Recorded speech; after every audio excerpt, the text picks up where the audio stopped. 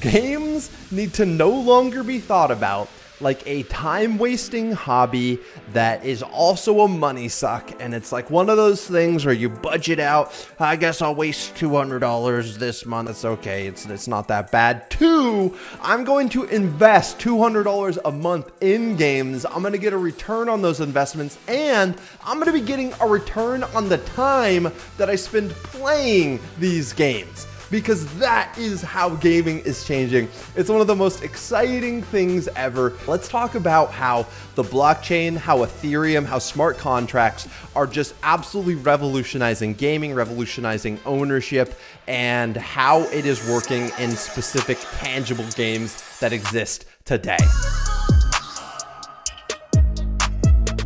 So let's start by catching those of you who are not up to speed. If you don't know, Bitcoin is just like a store of wealth. It's decentralized. It's all verified on a public ledger, so everyone knows where everything is going at all times. Simple, easy, cool.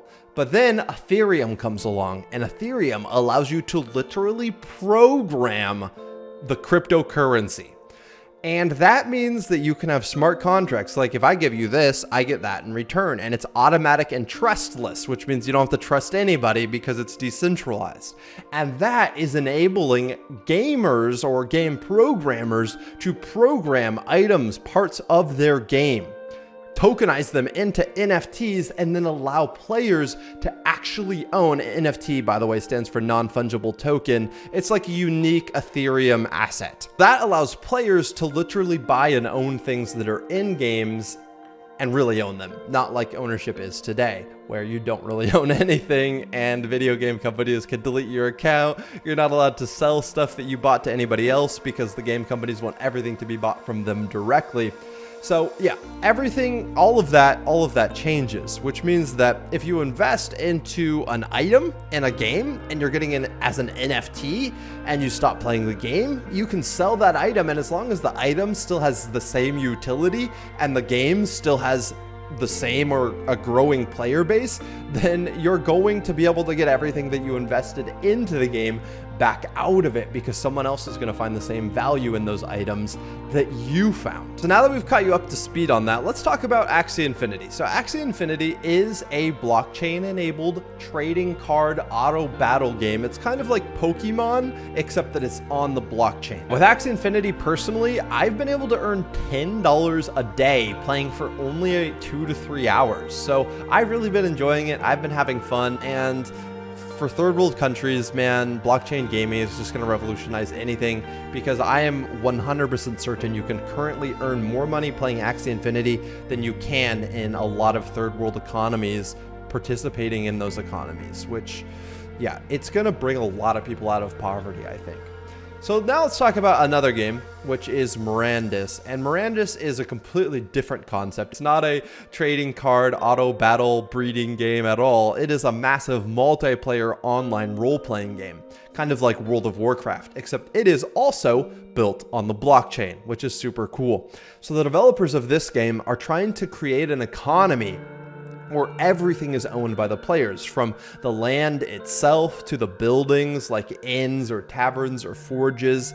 And there's going to be an entire working economy that is really expanding where blockchain gaming can go. Like the Ready Player One metaverse might not be as far away as we think. At least the real base of it appears to be forming.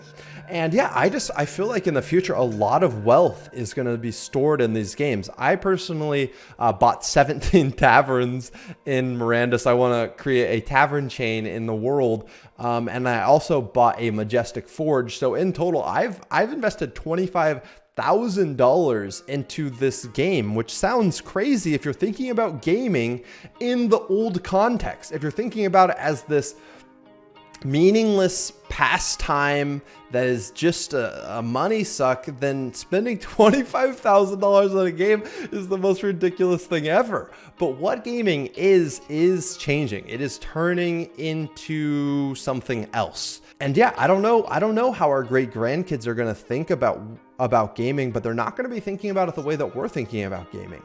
I have a feeling a lot of them are going to start thinking about working and gaming in a similar context. like it's a money creating pastime instead of a time wasting pastime. But yeah, I'm so excited about how things are changing that I wake up in the mornings and I just want to talk about. I want to talk about how excited I am about blockchain gaming, and I'm glad I have this channel. Thanks for watching this video, guys. Let me know what you guys are thinking about this.